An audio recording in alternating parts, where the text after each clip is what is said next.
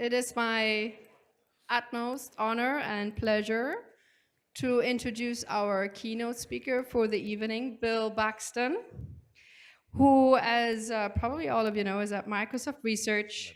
He truly is one of the founders of our discipline. He's one of the pioneers of human-computer interaction design.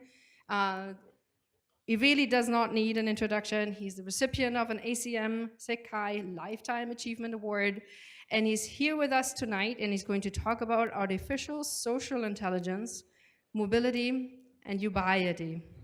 Welcome, Bill Buxton, on stage. Hear me. You may regret it.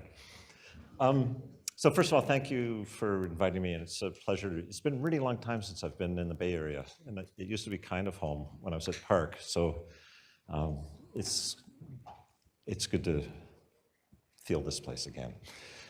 You can only say so much in half an hour, so I'll try and be brief, but hopefully there's some clarity. And it's nice because the previous session was, in fact, a really good prelude to this, if you want to think of things in musical terms. I'm going to start with this image of Marcel Proust, and it's just this question that is what I'm trying to do today, is be an optometrist for you and give you some glasses or optics. He has this great line: the only true voyage of discovery is not to go to new places, but to see through different eyes. And if I can do nothing else than help give some different perspective on the same problems that we all face, that's all I can do. In some sense, design is all about multiples, and so the reason we have teams and heterogeneous teams is so that we can have multiple viewpoints, multiple perspectives, and from that tease out what might be the truth. It's a little bit like the film Rashomon of Kurosawa. If you look at it, everybody has a different truth, even though they all saw the same thing. And that's the essence and the prerequisite to great design. I'm going to talk a little bit about the future and how we think about that, and again, that comes out of some of the earlier conversations today.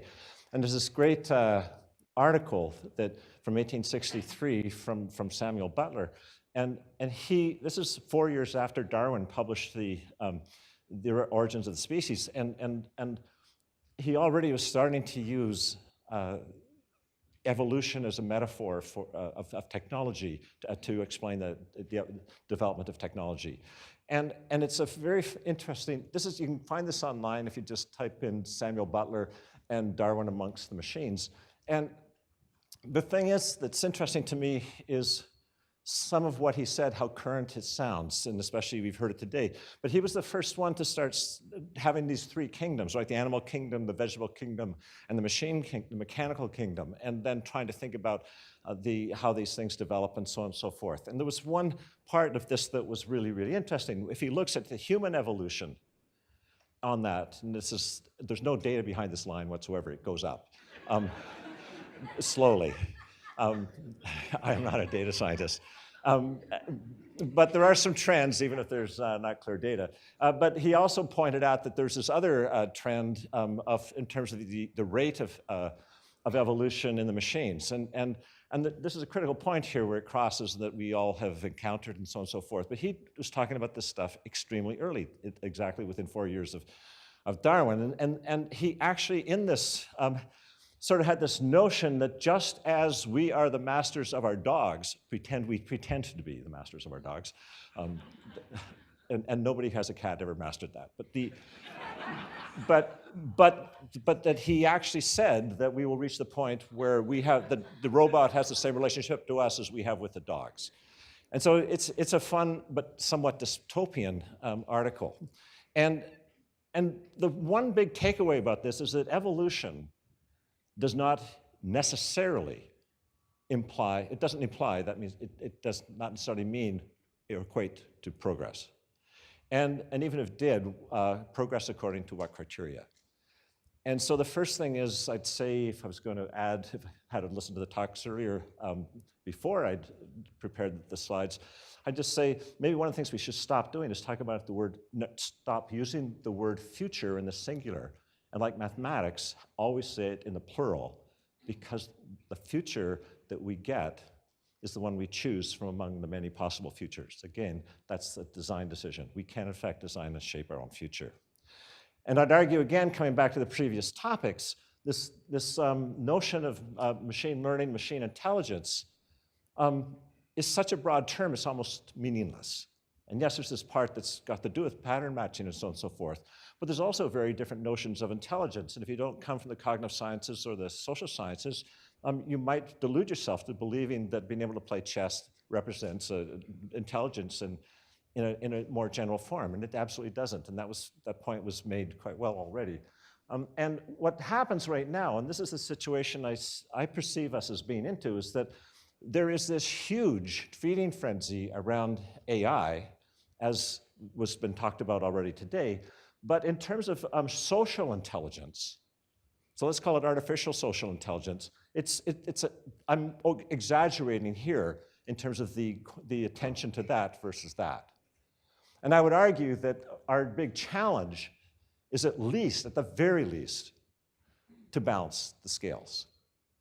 And therefore, you cannot leave it to people who are experts in statistics and data and so on. They're essential, they're simply not sufficient to balance the scales.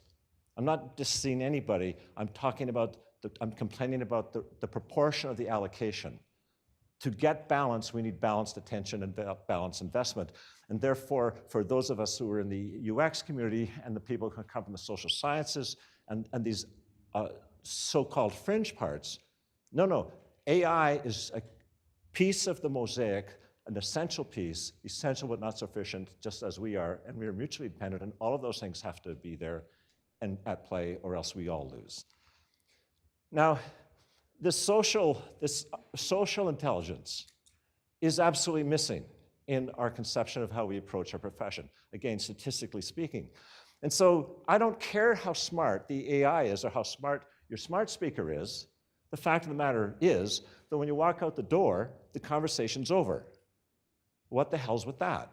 I've got this agent, it's my friend, it's sort of like those pictures of Donald Duck with the devil and the angel on the shoulders. They go with him.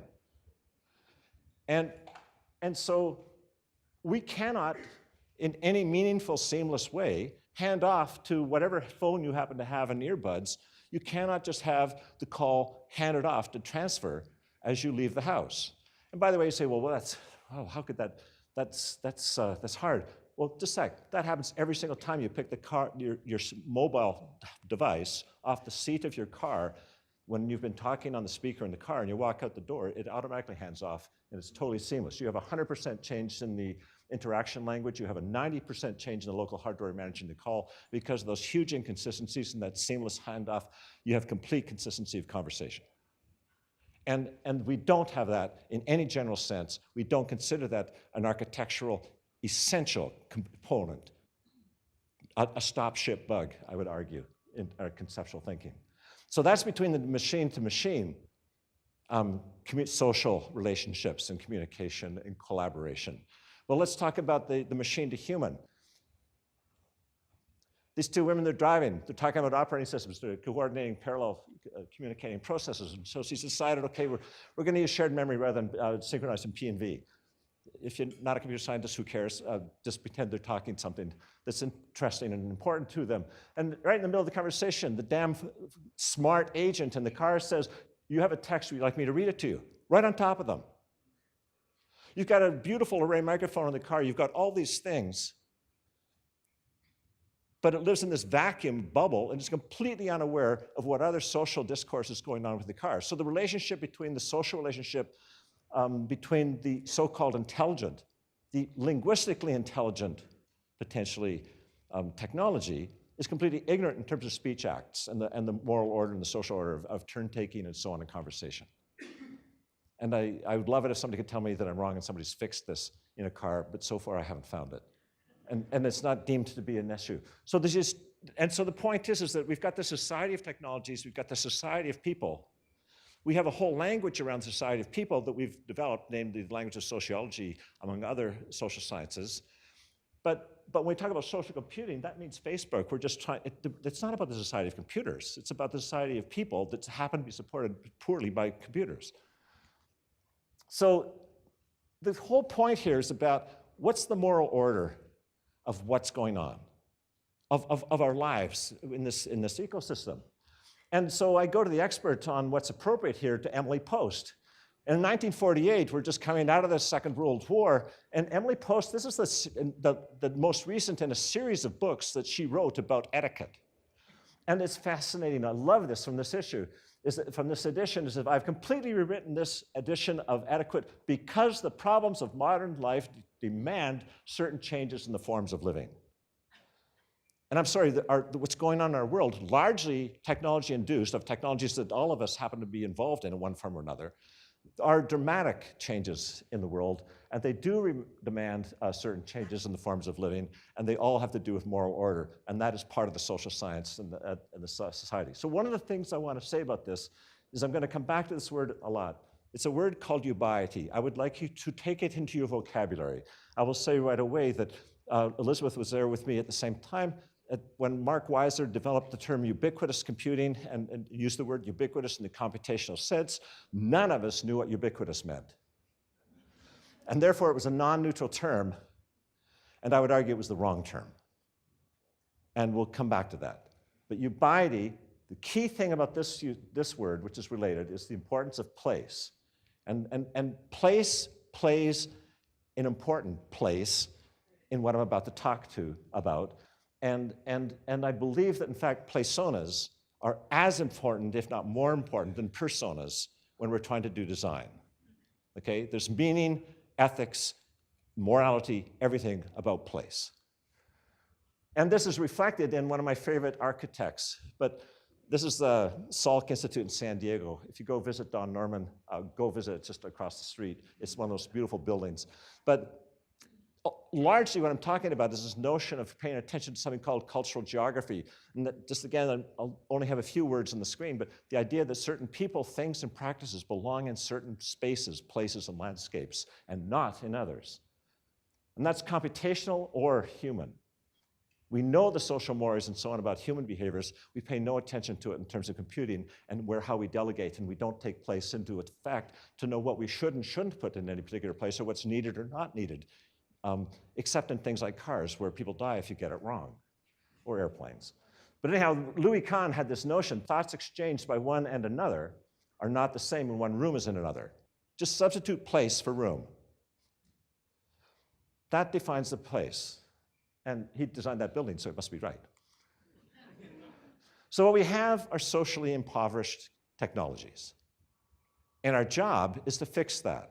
And if we don't know about culture, and we don't know about the moral order of place and so on and so forth, how on God's earth can we start to design that culture and fix that? And I'm going to explain the problem and then try and give some pointers to how to address it. And I'm going to use something called Eburbia and the road net of things. That's the rot. So it's an important term. And I use that, it's a total coincidence, I promise, that as opposed to the Internet of Things. And by the way, if anybody works in the Internet of Things, I would just like to ask the following question. If the Internet of Things is a legitimate thing, please tell me about the Internet of Unthings. Because there's never been anything but a thing attached to the Internet. So tell me what's new, what's relevant, and what has meaning in that term. My caution here is to say, don't get caught up in marketing buzzwords. Think about the underlying substance of the language we use and use it carefully, and don't use that language. You can talk about the Society of Technologies. We have a lot of technically really low-powered devices, I mean, incompetent devices, challenged devices with challenging security and less control and less visibility. That's what we have. But it's more of the same because your smart computer in your office does not know your phone's beside it. The urinals and the washrooms here have more knowledge about my presence than my computer does. And that's forever. Here's the road net. It's a packet switching network. It's got all these nodes attached to it. They're called human living processors, houses. They all have fenced in. Nobody knows their neighbors. Everything's locked. Except the windows are easy to break. There's no schools, there's no sports, there's nothing. It's just a vapid place of independent things attached to the network. Who cares if you can get at my driveway? You don't know who I am. And so you've got these, here's the packets, they've got tokens inside called people. And why would you live there? And why do you live there digitally? And why do we keep? And so it doesn't matter how well you can design a house. It doesn't matter how well you can design a road. It doesn't matter how well you can design a car if you can't build a community and a culture, because that culture is vacuous. It's not acceptable there, and it's certainly not acceptable in the things we're building, and that's what we're building. And here's the problem. Our problem is complexity. Humans are finite. Yes, computers can beat us in many things, and thank God. So can cars, so can bicycles. It's not unique to digital. They're just prosthetics to help us be stronger and more capable. So where are our weaknesses that most need strengthening and prosthetics? Let's think about that part as opposed to it's spooky because they're going to be better than us. No, how do you augment me in a positive way? It's about complexity. There's this thing called the threshold of frustration. Since 2007 with the iPhone, let's be clear, we could pat ourselves in the back for a few seconds and then get over it, about we are getting really, really good at making simple, inexpensive, valuable, delightful, and affordable things. That's the good news. And that's the proliferation of devices. The problem is we've forgotten that the cumulative complexity of a whole bunch of simple, delightful, affordable, valuable things is way above the human ability to deal with them. Simply the matter of how many chargers do you have to carry around is enough to make my briefcase heavier than the computers and the devices that it's meant to support. But the real thing here is the better we get at making individual devices, the faster we hit the wall. It's kind of like a mosquito flying towards the windshield, and if my buddy Jeff Hahn's driving at 200 miles an hour, it's going to really make a big splatter. Okay? And that's what's happening with industry. The faster we make the car without a deflector, the harder it's going to be. So I want to give you 3 steps in terms of resolving some of the tension between the individual simplicity and the cumulative complexity. Because that's the trade-off we have to try and figure out as we start to proliferate all this cyber crud into the space. So the first one is we have to internalize a distinction between 2 words. And so I'm going to return now to ubiquity, the condition of everything being in all places at the same time in general use. Ubiquitous computing is everything, everywhere, all the time, for everybody, all the time. There might have been some redundancy in that articulation. Ubiety is a condition in respect to place or location, local relationships, awareness. My wife calls this wearable computing. And when I said, no, that's about watches and that. No, she said, what is it you don't understand about how to spell wear? Put the H in it, okay? So wearables is W-H-E-R-A-B-L-E-S. Start talking about that. And where does, and so when I'm in this location, the awareness, the persona part, what happens? How does it change? What's appropriate? What are the social mores of this place versus that place? And then all of a sudden we start to get here. That is actually what Mark described. And I believe strongly, he was a really good friend. He died way prematurely. I believe that he would change the word now. And so you could talk about ubiquitous computing as opposed to ubiquitous. Change your language. People say, why did you change it? What does that word mean? And you can explain it to them, and it gives you a chance. Just change the language. Never say ubiquitous computing again, except in negative. Number 2, focus on the relationships rather than the entities, than just the entities. The entities are important. The individual citizens in any society are absolutely important. They're a critical component. But without the social relationships, they're just individuals. How do you cultivate the relationships and design the culture of the technologies as well as the people and the people within the cultures in those societies? Here's an example. It's an obvious example. The next big thing. The next big thing isn't a thing. It's a change in relationships amongst the things that already exist and will exist, and amongst those things and the people who use them and who live amongst them. And it's really important. It's about the relationships and not the entities that are interrelating. Of course, both are important, but one without the other is really problematic. And the third is, when we talk about mobile, be very, very clear that mobile is not a device. It never has been. It just happens in the past with PDAs and with phones to have been associated with a device because of correlation. But all of us who have done any science know that correlation does not mean causality. Correlation just might be an accident. It might be just temporary. The only thing that matters in terms of mobility is the mobility of the human activity. And an ability to, as I am mobile, active in something, that my activity has flow and continuity. There are no speed bumps, there's no disruption. How do I support that in the background, transparently, which is the type of thing that Mark Weiser was talking about.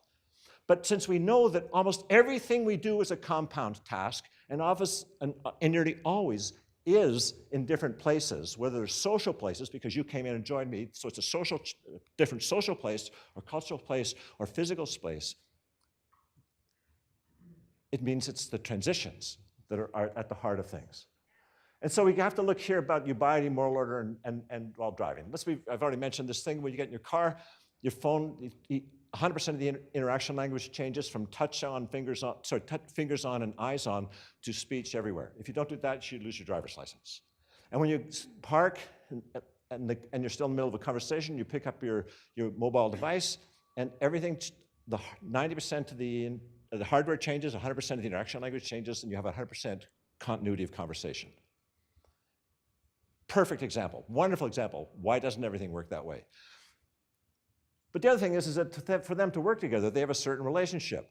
That's a Ford Escape. I own a Ford Escape, that color, that year, that model. I own that phone model. I went skiing at Whistler, rented exactly the same car. Just by saying it's a rental car changes everything.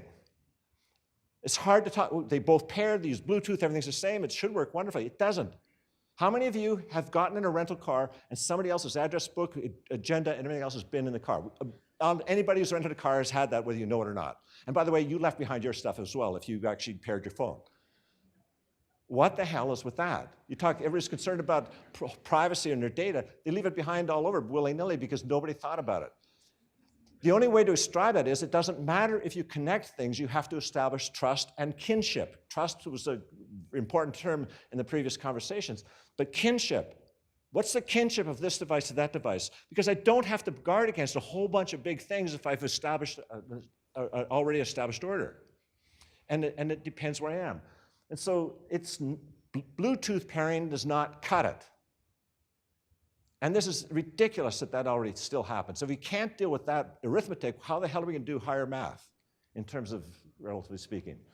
And I had this notion where you can't get out of the car. Let's pretend I've got somehow I got my conversation from my home speaker to me between the door and the car. What happens when I'm in the car? Well, this is really interesting. As I'm flying down on the way to get here, pretending I lived in San Francisco, there's something really interesting happening.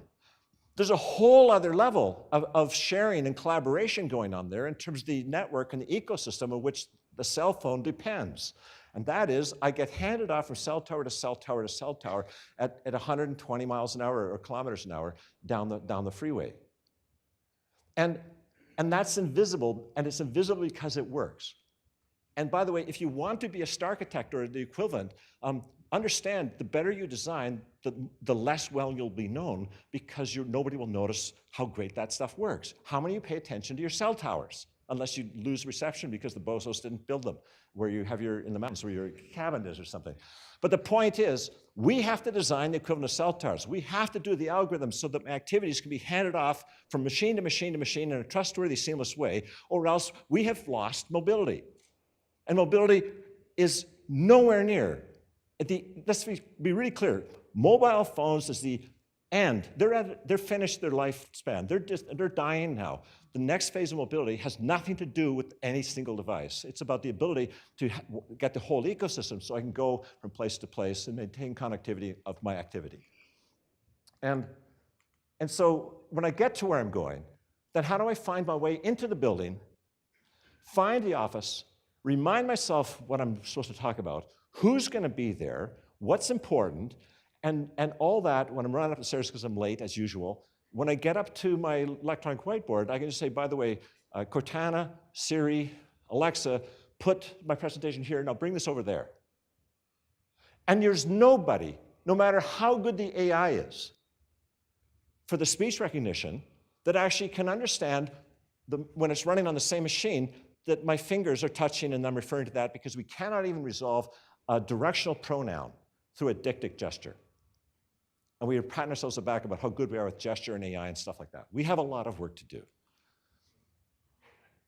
The door of that supermarket opens because it knows that you're either pushing a cart that interferes with your ability to open the door, or I've got my arms full of groceries. It just opens automatically, and it's done that since 1934. Some place called Wilcox's drugstore. It's some place in the Midwest. This is where we are today. He has a BMW that does that. Fords do it as well. You come behind and you shove your foot there. You understand that all cars are designed in sunny areas because car designers don't design cars, they design reflections. Trust me, every car in the world is designed with from technology from my last company, Alias. Now, the thing here is this. If you were a woman and you're doing the shopping because you're a woman and you live with a chauvinist, and you've got you've got all these groceries in your hands, and you live in Toronto in the winter when it's been mushy, icy, wet slush on the ground, and you're in heels because you're forced to do that at work, if you do that, you're going to be flat on your ass, right?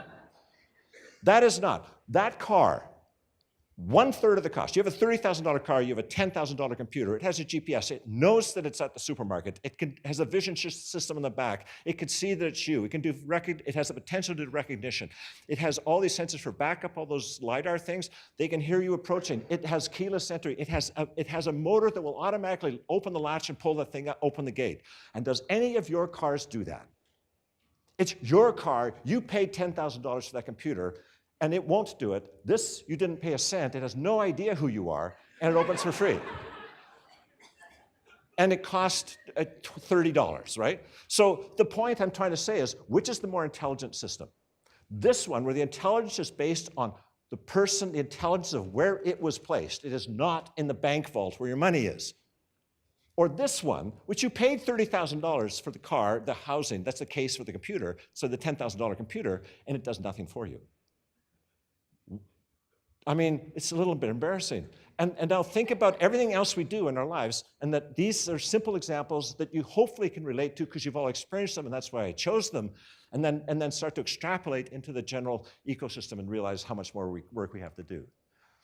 So let's just touch a few things in the nature of intelligence. First of all, my hero is Jean Piaget, and the reason is because he gave an ecological definition of intelligence. Okay, so this cognitive psychologist here, I understand his theories about child learning are a little bit old-fashioned, but this is not. And his knowledge here, his definition of intelligence is the ability of an organism to adapt to a changing environment through the complementary processes of assimilation and accommodation.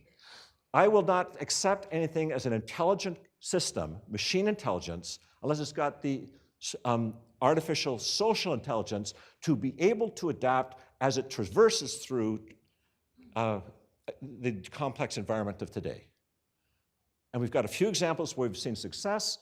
We have far too few where there is the potential for success where we haven't even realized it was a problem because we're stuck in our ways. We haven't listened to Emily Post. So let's talk about Ubiety and situated intelligence. Here's the book I would recommend you read, if you're going to read one. Ed Hutchins' book, Cognition in the Wild.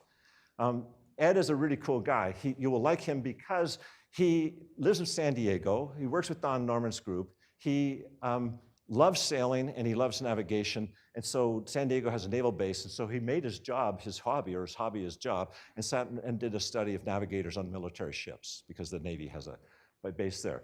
And he was looking at how the navigators work and where does intelligence lie.